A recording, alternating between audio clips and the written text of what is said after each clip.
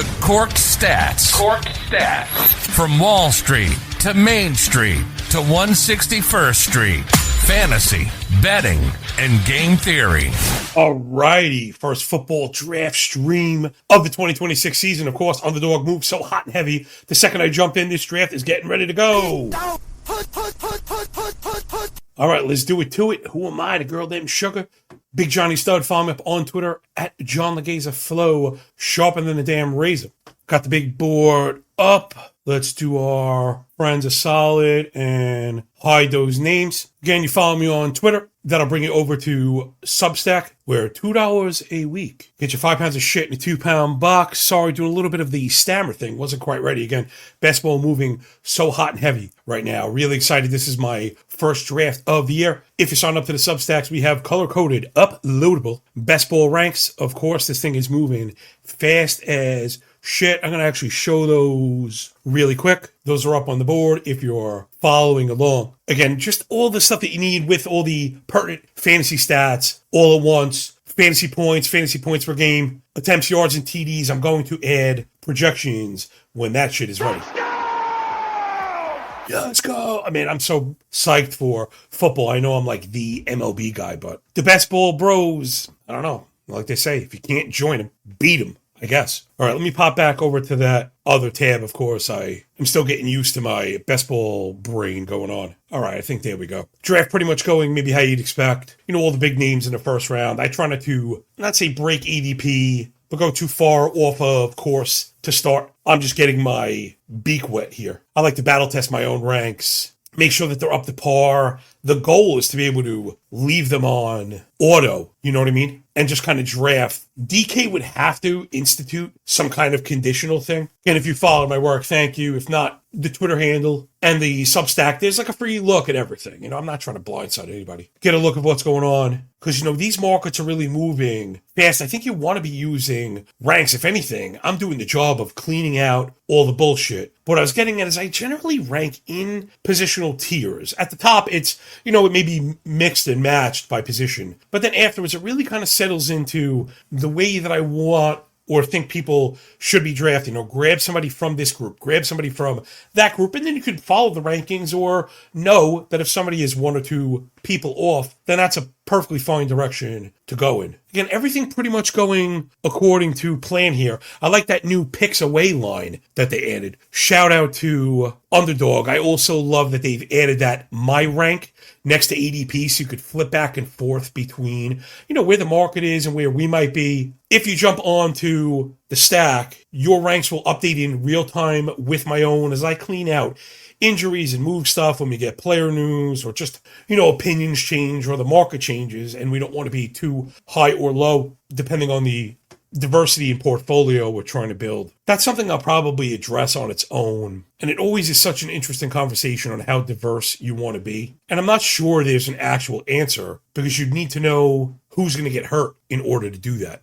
All right, so with my first pick, I took JSN. I'll come back to diversity in a second. JSN, man, picks it down to 20 seconds now. Gotta love that shit. You know what? I'm getting kind of high on my Jets. I'm going to jump ADP for Hall. I know that's early. Maybe I should have went McBride. But right now, I'm just kind of drafting. Not say blind. I'm just drafting on my own. I don't care. I don't want to be influenced by the best ball bros. I don't give a crap whatsoever. You know, I kind of did my ranks. I want to see how it shakes out. If you get to the end of these, for the record, this is a puppy. So, you know, just kind of keeping the risk low. I'm going to end up doing 1 million of these drafts. By the time it's all said and done, I'll eventually get into all BPMs. But I just want to clean it up first. So he didn't make it back. I was kind of looking at McBride, but the pick I wanted in the third, and this is why I took Hall, and you should always kind of be thinking downstream, is I think I wanted to stab at Travis Etienne, or now it's everyone is Etienne, in the third. So that's where I'm going. Hall and Etienne. I want start RBs.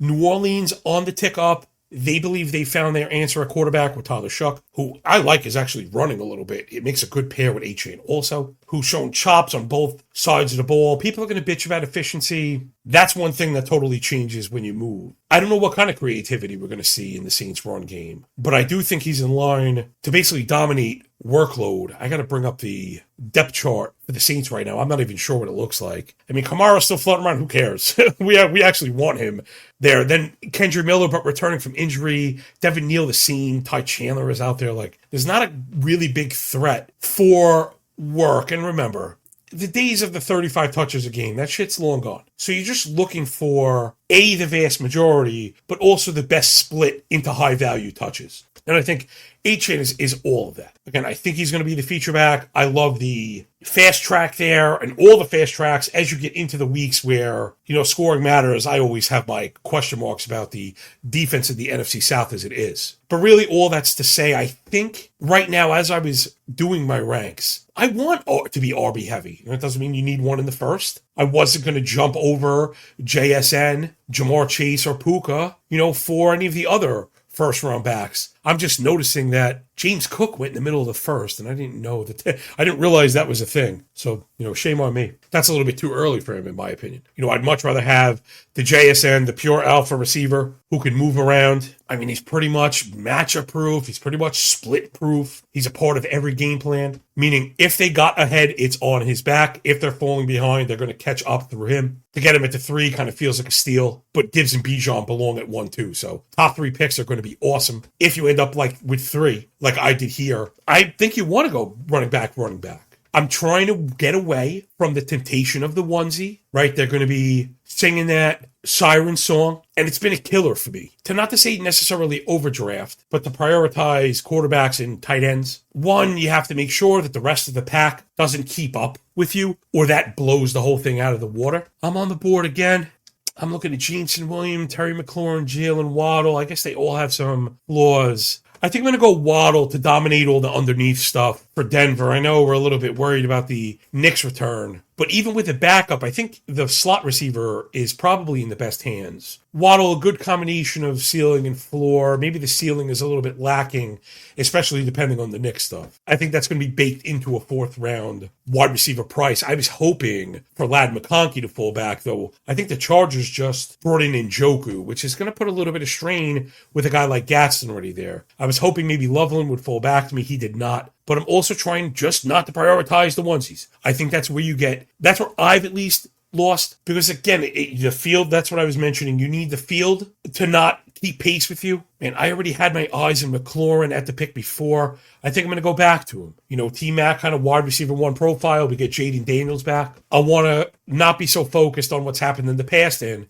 go where we think the puck is going, not where it's been. Lamar Jackson went right after me. Listen, after pick 50, he's very hard to turn down. I get it. But right now, I'm just trying to kind of stick to the meta, the kind of foundational stuff, that maybe I've discerned or my initial hypotheses. And that was, to stay away from the running backs and tight ends and quarterbacks. I think there's going to be a ton of them to choose from later on. And then also remember, there has to be a push and pull with draft capital. And when you take the onesies early, it kind of throws it out of whack. That also goes back to the point about injuries that I made, which makes basketball such a hard game. There's only 18 picks for anybody that maybe hasn't played before. I love it. It's great.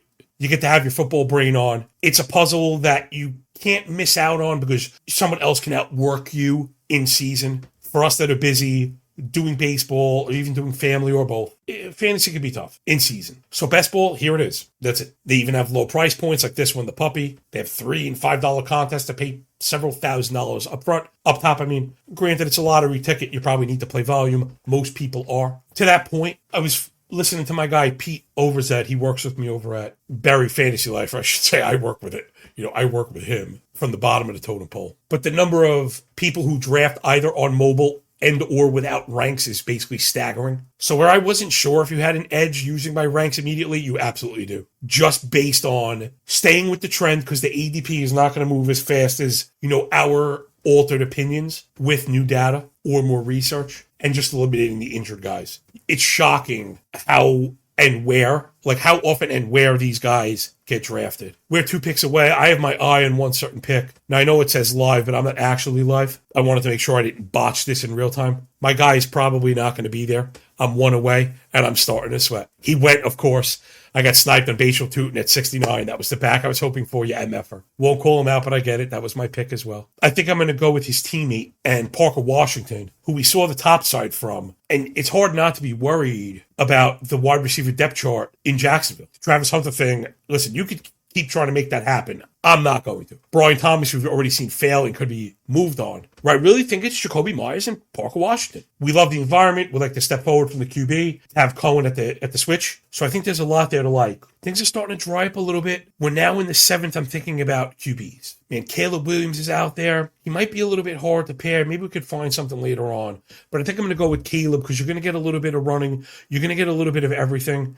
And sometimes, even though I mentioned not prioritizing, sometimes that pendulum can swing too far the other way. And not get a guy that you think could be a pretty projectable top 5 QB on a weekly basis. And I think Caleb has that. We'd like to see him do a little bit more in the first 3 quarters, but he is a young man, and there could be a step forward here. It's more than feasible to ask and even project a step forward with the draft capital. And again, you have Ben Johnson, you're in a great spot. So I'm starting to put together a pretty good team. I guess they're not really correlated that well, which does matter in best ball, does matter for spike weeks, but it's not a disqualifier. And I think sometimes it gets treated that way. So I'm not trying to put down all the best ball bros, but like I said, they're not going to have me. I got to forget. I just have to fucking forget about it. I know award nominations and shit like that, and $3 to get you on the fucking subway over here. But legit, I'm got nominated for NFL fucking fantasy writer of the year. I haven't even had a single person fucking speak to me, let alone like, hey, you want to come into bullshit? So forget it. You know what I mean? We're going to do it our way. Know what I mean? Jelly bean. Boom, we're looking for that. Added a couple too many sound effects here. That's my podcasting partner is a soundboard while I try and steal drinks. Anyway, so I don't want to demean stacking because the best ball bros are right. If you could stomach listening to fucking Vocal Fry and a lot of shows that have really devolved into fucking children's shows, honestly. Because I think people have become, or at least a lot of analysts and content creators have become a little too reliant on projections. And I think, projections are good and like we should be using them. But I also think, and this happens with baseball a lot. Sorry, I took a second to adjust the draft board so it doesn't get away from us. And I think I went a little too far. It's not moving that fast. I think people relying on projections is correct. However, right, always the pendulum swing, and always is something we talk about in betting all the time, is it has to do with price. So I think the projections can front run the markets a little too hot. People who are wed to the projections end up auto smashing by the number. Where if you were to look at things on more of a range of outcome basis, or in football case, the case of football, I should say, a spike week case, because there was something about that, right? We don't necessarily want compilers, right? The RB6 overall, there's always an RB5 every year who just played every game. It wasn't that good. When you want the per game guys that you're hoping can stay healthy. So I think there's actually a lot of value to going against the market, which is really difficult because it's so sharp.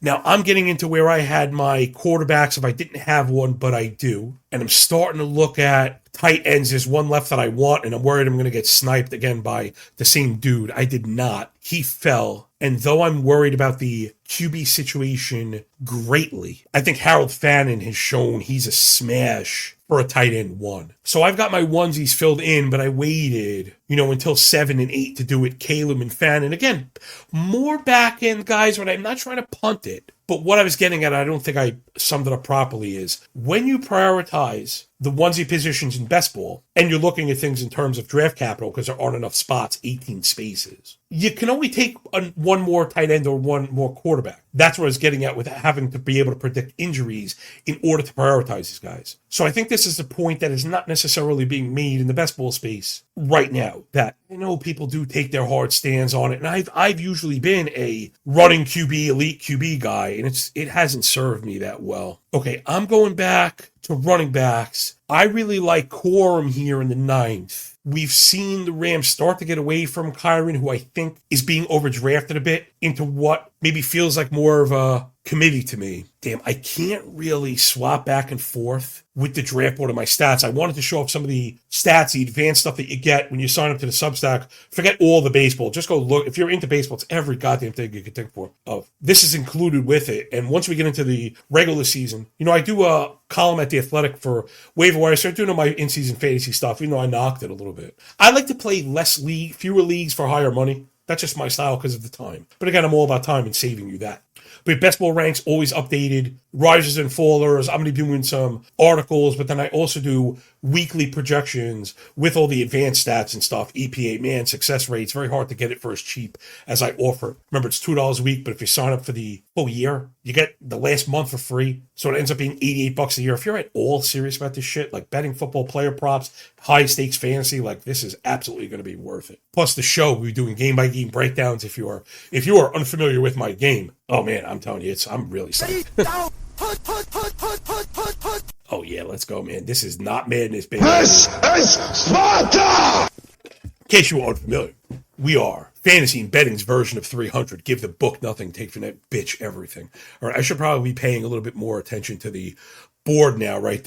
My ranks are starting to diverge a little bit. I'm a little less familiar with what's going on back here. Now that I have, my QB tight end, someone would really have to fall. I'm thinking of switching to ADP here, and it's getting a little bit hairy. I don't know, Rabbit. I got one guy I have in mind. He's folded a little, folded a little bit past ADP. I'm worried he's going to get snatched up. I've got 2 picks to go, 1 more to go. And for some reason, I just don't want to put it out into the ether, even though this is not live. But I'm hoping Romeo Doubs falls to me at pick 118. The guy in front of me has cracked me twice. He went with Jonathan Brooks on the Panthers, so you're missing me with that, dog. You got to show me that this guy could take a hit or carry a football before we get there. So I'm going to go Doubs for the Patriots. I think, it's a little bit unexciting, but he feels like the true number one. We've seen him have blow-up games on a low-volume offense. I expect to have quite a bit of Romeo Doubs this draft season. You got to love underdog. These drafts just totally fly, man. It's the best. Again, they don't pay me. Maybe they should. Now, let's see. Now, again, it's starting to get a little bit hairy. Now I might be looking to pair a running back, but mine were all gone. I took Breece Hall maybe a little bit early. His pairs are later. I have Achane, his pairs are later. I have Corum, his pair is earlier. I see maybe Chris Rodriguez out there. The other side of that Jacksonville committee. Kenneth Gainwell just went. He was somebody I was looking at. Maybe Tyler Algier, Woody Marks. It's a little bit early for these guys. I'm just trying to talk through the guys that I might like. Juwan Jennings is there. Nayuk, Stephon Diggs. Man, I ended up with Chris Rodriguez because I was a little bit too slow. I ended up on the back end of a 5 RB run, and I wanted to thicken that because I feel like I have a pretty good balance in the wide receiver room. JSN, Waddle, McLaurin, Parker Washington, Romeo Doubs, a pretty good mix of ceiling and floor, and that's what you get when you don't, overpay. Man, I want to be careful saying overpay. I'm not trying to IKB everybody here. But when you don't pay the premium for the QB or the tight end, it allows you to fill up the other skill positions. And then, like I said, it also allows you to get a third player, right? This is the point I keep trying to get to and I keep missing on. But it's the truth. When you take a Lamar or Josh Allen, you have to draft as if you're right. And because you put so much of draft capital into that position, you can't take the third player because of the opportunity cost of those other guys. Now, you could make that argument in something like Drafters or DraftKings. They play 20 rounds. Drafters is really cool because I don't even think you could adjust your ranks. You're in there, on your own, dog. You might be able to shift them around in the draft room, but I don't think you can upload them. DraftKings, now you can upload them. I'm going to have them coming. I'm still working on trying to sync all this stuff because you got to understand, right? To do fantasy rankings, you make a million moves. I need them to sync. I know they're a little bit different, but I'd rather them sync and then me make the little bit of adjustments and have to make 100 moves and have to make 100 moves. And I don't want people saying, hey, you're over 30 picks off here and not there. So DraftKings on the way right now. Consider these best ball ranks. Even though they are ready to upload in Underdog, I'm going to have all that stuff taken care of. Again, it's pretty early. I'm going to be spending, it looks like, the early part of my week right now. My baseball schedule's changed this year, so the back end is so overloaded. Again, if you're interested in baseball, check it out. We are over-delivering and undercharging. But the beginning of the week, I'm going to be focusing on football. All my re-racks and the streams and stuff. Again, hop on, paid subs, get full priority for keeper questions and breakdowns or explaining the sheets. Again, you got to see that they're really, really good. Now we're getting back to me in the 12th I'd really be thinking about a second quarterback. I'm really hoping that Willis falls to me. The guy in front of me already has two, but he got me panicked after clipping me earlier on. I'm going Malik Willis if he's there, and he's the last kind of running quarterback that might run and get you those spikes. But man, I'm sweating, because if not, you're into the Darnold, Brissett, Bryce Young, Fernando Mendoza territory. A little bit scary. He went Travis Hunter, which I think is kind of a poor pick. I'm going to go Willis, but just let the clock run out, man. These 20-second clocks are streaming gold. I'm going to be banging these out now. Awesome. I think next time I'll probably start to stream before the draft, and they fill so fast. Gosh, I wish MLB best ball had this kind of love. So I now have Malik Willis to go with Caleb Williams. You know what? It's like a little, it's a little funky, a little bit of a funky monkey, but you can see where it comes from. And we get to add a third guy. So I'm here and there. I could kind of go in any direction that I want. I like to pair tight ends and quarterbacks? Doesn't look like I'm going to be able to do that with Williams and Willis. I guess maybe I could get like what is Dulcich or whatever. Not really that interested. I have Brenton Strange up. I know people like Kenyon Sadiq. He's right there. Sadiq's going in front of Strange, which I don't really get. I'd rather have the tight end that's not on the Jets. Not on the Jets, really. Okay, let me see if anybody's kind of sticking out as far as ADP. Man, the other pick right here. All right, I'm going to take the CLV pick. And the CLV pick is Juwan Jennings, who's now with the Vikings. But there hasn't been a move, and I think there should have been. So I'm going to add what I think could be, I think he kind of bumps Addison a bit. Addison is the guy I'm worried about, that they brought in Jennings. I think Jennings has shown to be really strong on the outside. He can eat up a lot of underneath possession type stuff and also be a big boost to the run game. So I think you're going to get a lot of snaps and potential volume out of Jennings. And then, heaven forbid, I hate to put this stuff into the universe. If, J-Jeff goes down, Jennings has filled in as a wide receiver 1 on the outside. I don't think he's a 1v1 replacement at all. But you want at least, the potential for a role upgrade in the event of...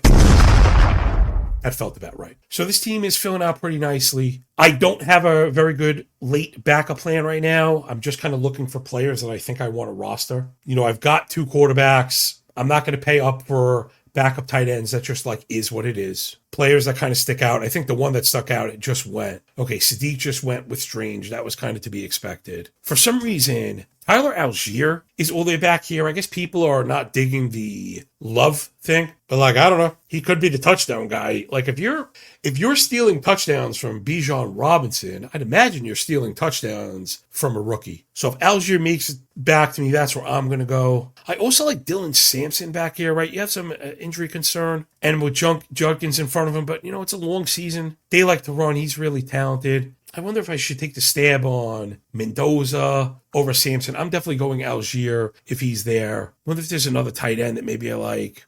The guys that I like are really going much later. I like Gunnar Helm late, and I liked it. Njoku, maybe Ferguson. And like I said, might go with the last round Dulcich to go with the Willis in case they have something. You want to be unique and you want to connect these guys. I'm afraid Algier is going to get sniped by our friend again. And if not, man, Ayuk is back here. I have Ayuk way up. I think he's going to go somewhere. Algier fell, and I think I'm going to go with him. When you get to the 14th round, I'm just kind of drafting talent. He went right behind Tajay Spears and Zach Charbonnet. And there's ceiling concerns there, plus injury concerns there. I know Algier has some environmental concerns, but I think that's baked into the price. Maybe it's time to look for that third QB. My Galaxy braiding Fernando Mendoza. Part of me is thinking that maybe Penix is going entirely too late. Entirely too late. But man, it gets ugly once you get all the way back there. It's really, really gross. So I feel like Mendoza might at least be a late season play because I'm already gambling a lot. I think that's where I'm going to go if he doesn't get picked right in front of me. And I'm not necessarily on Mendoza. I'm not going to pretend to know shit about fuck when it comes to college stuff. I generally don't overpay for rookies. I either draft the late ones and look smart because I hit on them, or look smart because I paid very little and cut them, or I wait for them to get dropped because they sucked and then I swoop in, on the Dennis system, the Frank Reynolds. I swoop in with the Magnum condom. Oh my God, let's go. Shit. Damn right, shit. Damn right. All right, so now we're at Caleb Williams, Malik Willis, and Fernando Mendoza.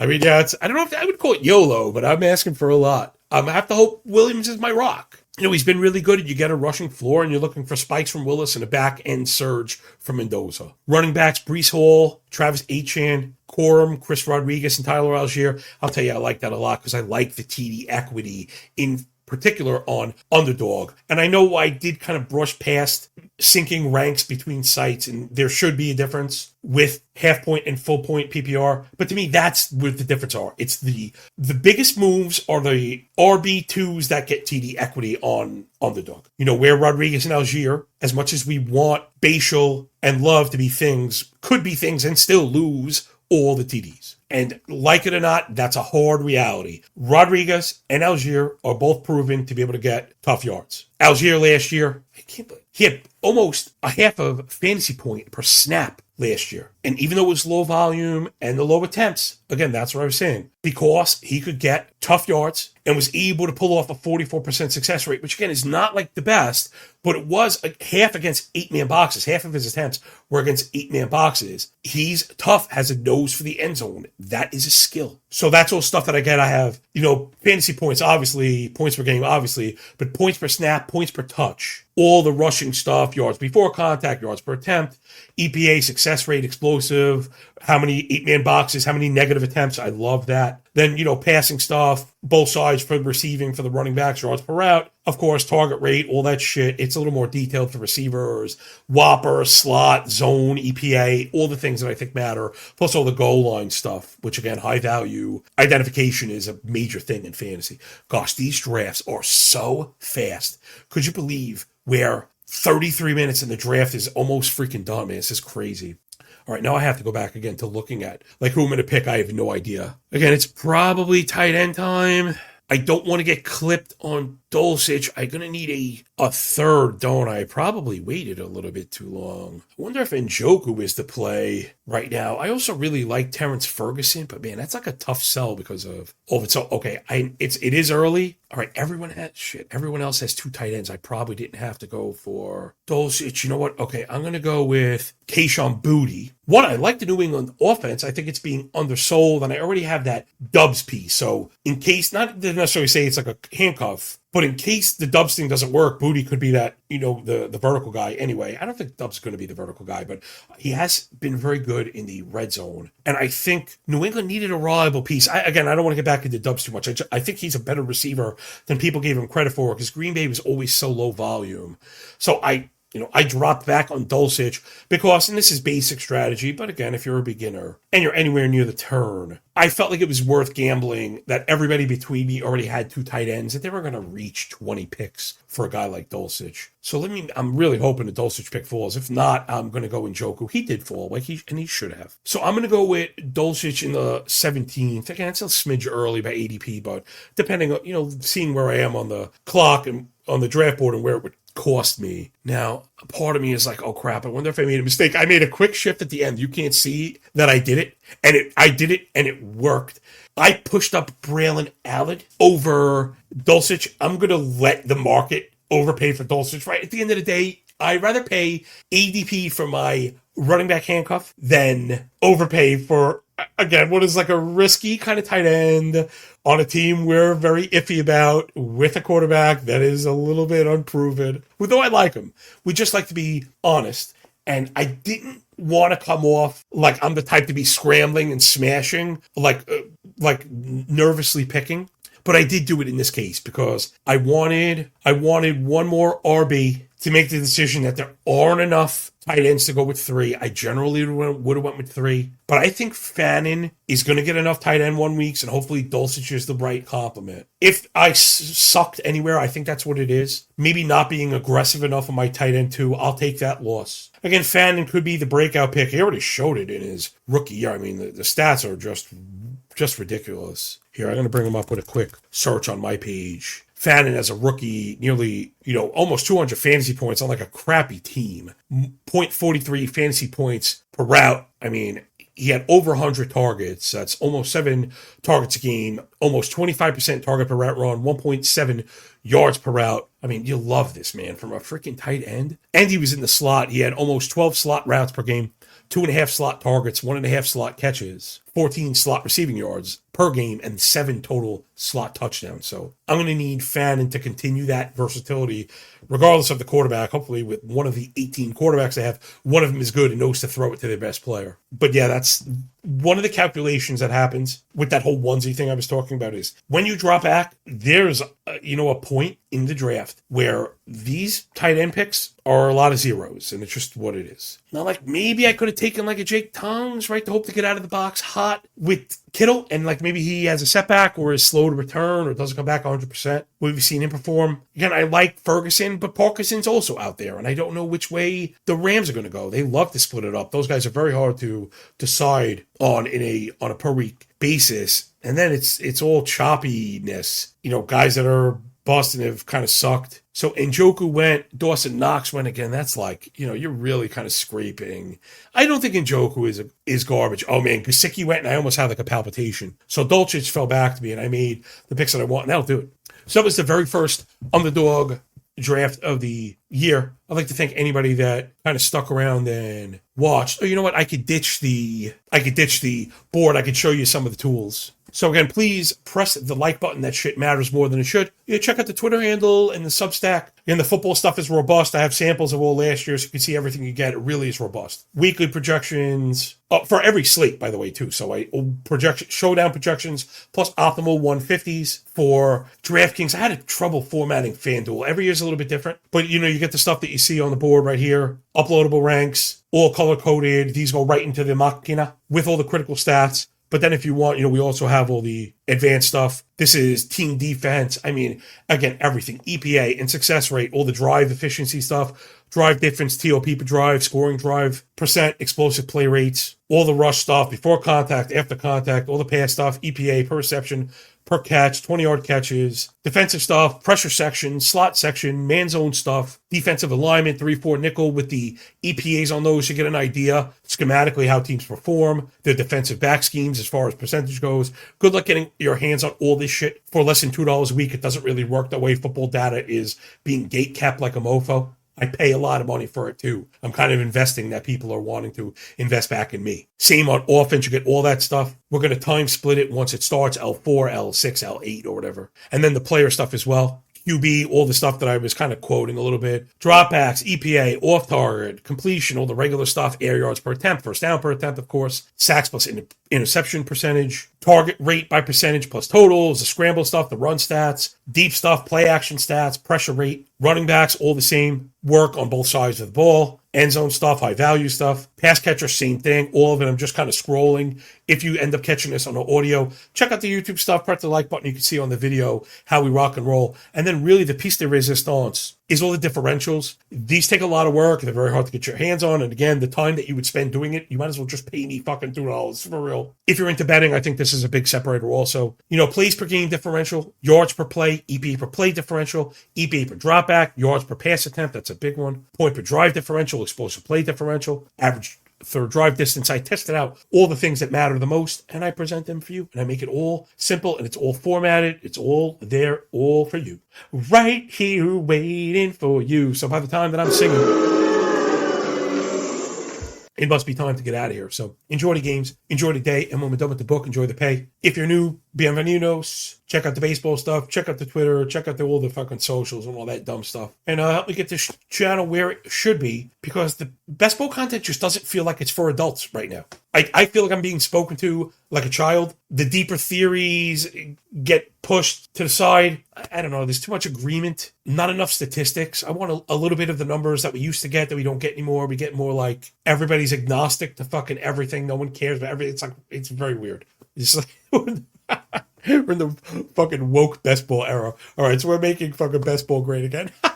Oh my God. Am I going to get canceled then? Who gives a shit, man? I do it my way, honestly. I'd much rather people stick around for what this is than me hustle and, hawk nonsense and grift, whatever. It's so stupid. Just remember, the most important lesson is always, when you work this freaking hard, man, the winning feels a lot less like luck, yo. Peace out. Really enjoyed doing